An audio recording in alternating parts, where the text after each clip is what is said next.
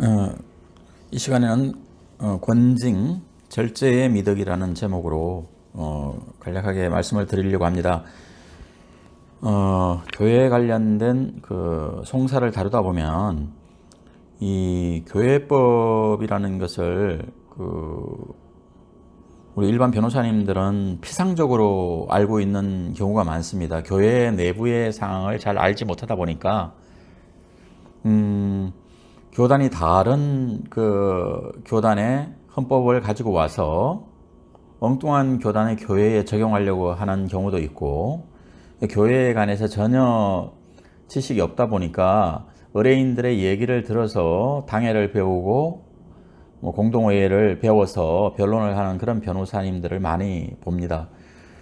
또 교회에 관련된 송사를 하다 보면은 목사님들 중에 교회에 관해서는 전문가들이지만 교회 법에 대해서는 문외한인 그 목사님들이 많이 계세요. 그러다 보니까 교회 분쟁과 관련해서 이런저런 그 상담을 하다 보면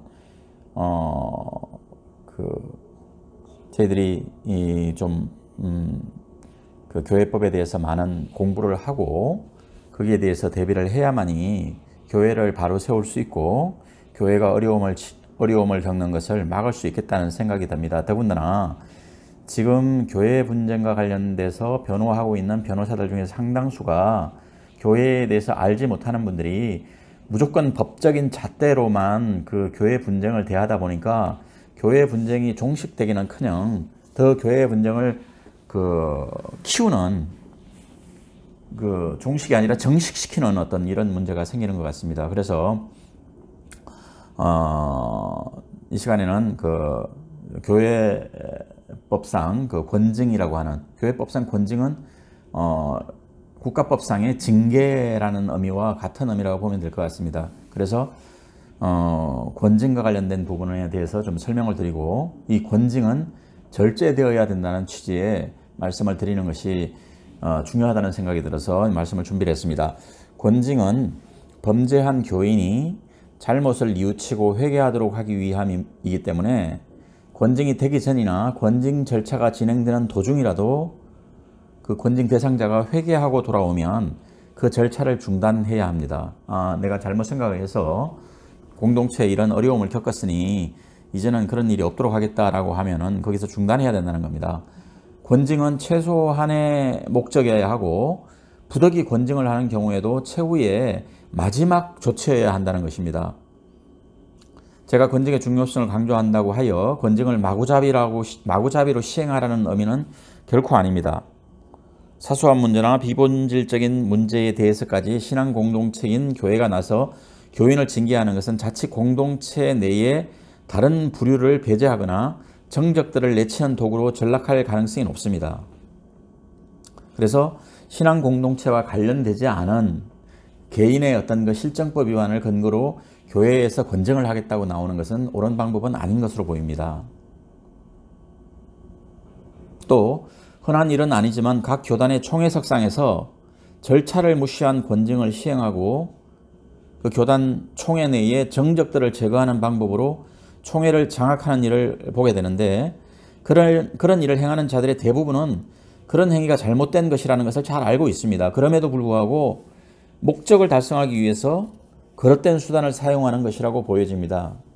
이후에 그런 불법적인 조치를 당한 피해자들이 법적 절차를 통해서 이를 바로잡으려고 해도 그 의미는 별로 없어 보입니다. 왜냐하면 이미 총회는 불법적인 방법으로 권력을 장악한 자들의 수중에 들어가 있고 재판으로 그 불법성이 선언되기까지는 상당한 기간이 경과되기 때문에 국가법상 판결이 확정될 무렵에는 이미 불법을 저지른 자들은 임기가 경과되어서 일선에서 후퇴하거나 물러난 이후일 가능성이 많습니다. 통상 총회장의 임기가 1년씩이라는 점을 감안한다면 이러한 수단은 종종 악용됩니다. 그러나 중요한 것은 그들에게는 하나님이 없다는 것입니다. 교회를 바로 세우고 교계를 이끌어가야 하는 사람들의 행동으로 보기에는 부끄럽기 그지없는 일입니다. 한국의 교계가 하나님을 경외하는 신실한 사람들로 가득 채워지기를 바라봅니다. 그러면 이 교회에서 권징이 되는 사유는 어떤 것이 있을까? 계속 이어서 교회 권징 사유에 대해서 간략하게 말씀드리고자 합니다. 권징은 말 그대로 벌하거나 징계한다는 뜻으로 교회법상의 용어로는 칠이라고 합니다. 권징을 통해 죄로 인해 하나님과 멀어진 사람은 관계를 회복하고 지체들과 멀어진 사람은 그 관계를 회복하여 예수 그리스도의 몸된 교회를 바로 세우는 데 있습니다. 교회법에서는 권징을 예수 그리스도께서 교회에 주신 권리를 행사하며 그 법도를 시행하는 것으로서 각 치리회가 헌법과 헌법이 위임한 제규정 등을 위반하여 죄를 범한 교인과 직원 및 각 치리회를 권고하고 징계하는 것으로 규정하고 있습니다. 권징 사유에 대해서는 교단별로 권징 사유를 따로이 규정하고 있는데 사실 그 전체적인 공통점을 보면은 큰 차이는 없어 보입니다. 장로교 중에 가장 큰 교단이라고 할 수 있는 합동교단 헌법에 따르면 권징은 교인, 직원, 치례를 불문하고 교훈과 심술과 행위가 성경에 위반되는 것, 또 혹 사정이 악하지 아니할지라도 다른 사람으로 범죄하게 하는 것, 이것이 범죄이다 라고 규정하고 있고, 이러한 규정은 포괄적으로 규정하고 있다는 것이 장로교 합동헌법의 권징 규정의 특징입니다. 그래서 권징 규정 조항에서 성경에 위반되는 것, 이것은 이단을 의미하지만 전반적으로 조항 자체가 여러 가지 의미로 해석될 수 있다는 그런 점이 있습니다. 그 다음에 그 장로교 통합헌법의 경우에는 권징의 사유가 되는 죄가라고 해서 11가지 정도로 이렇게 쭉 나열이 되어 있는데요.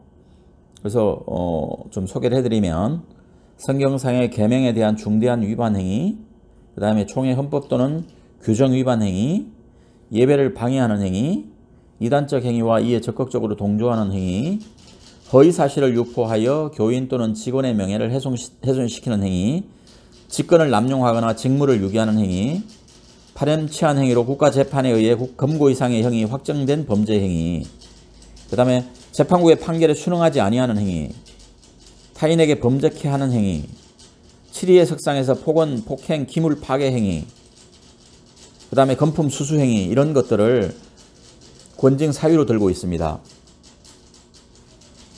다음 장로교와 구분되는 감리교의 권징 재판과 관련해서는 감리교회는 그 교리와 장정이라는 그 헌법이 있는데요. 그 헌법에 12가지 권징 사유들이 나열되어 있는데, 일반적으로는 그 교회와 성례를 비방하는 경우, 그 다음에 모함하거나 악선전하는 경우, 특이한 것은 교회 재판을 받기 전에 교인 간 법정 소송을 제기하거나 교인의 처벌을 목적으로 국가기관에 진정 민원 등을 제기하였을 때, 이런 규정도 있습니다.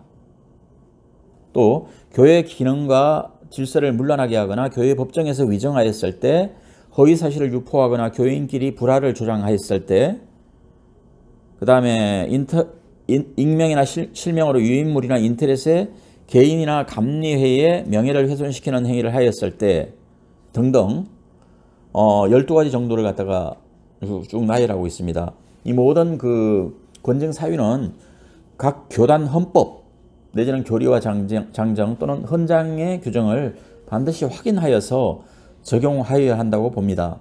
그리고 이러한 권징 사유는 반드시 나열되어 있는 것만 해당되는 것이 아니라 포괄적인 규정들이 있으므로 그 포괄적인 개념 안에 포함되어 있는 여부를 반드시 판단해 봐야 됩니다. 권징 사유는 국가법상의 범죄 사유와는 반드시 같지는 않습니다. 또 반드시 윤리적인 그 어떤 그 죄를 저질렀다고 해서 교회 재판의 사유가 되는 것은 아닙니다. 그러므로 총회 교단 헌법에서 규정하고 있는 권징 사유를 반드시 살펴서 적용해야 되고, 그 적용 시에도 처벌하는 것이기 때문에 일종의 처벌이고 굉장히 어떤 그 권징을 당하는 그 당사자의 입장에서 봤을 때는 매우 가혹한 어떤 국가법적인 형벌보다 더 가혹한 것일 수 있습니다. 신앙생활을 하지 못하고 그 신앙생활을 같이 하던 교회에서 쫓겨난다는 것은 매우 치욕적이고 가혹할 수가 있기 때문에 권징의 사유는 매우 엄격하게 해석해야 된다고 이렇게 말씀을 드릴 수 있을 것 같습니다. 결론적으로 권징 사유는 교단에 따라 달라도 모든 교단의 권징은 국가법에 의한 형벌권의 행사도 아니고 하나님의 법을 영적으로 실시하는 것입니다. 그리함으로써 하나님의 영광과 권위를 위하여 공동체 내에서 범죄를 미연에 방지하고 교회의 질서를 유지하고 그 당사자의 회개를 촉구하는, 그래서 하나님께 나아가게 하는 공동체를 완성하기 위한 목적이라는 것을 염두에 둘 필요가 있다는 말씀을 드리도록 하겠습니다. 이상입니다.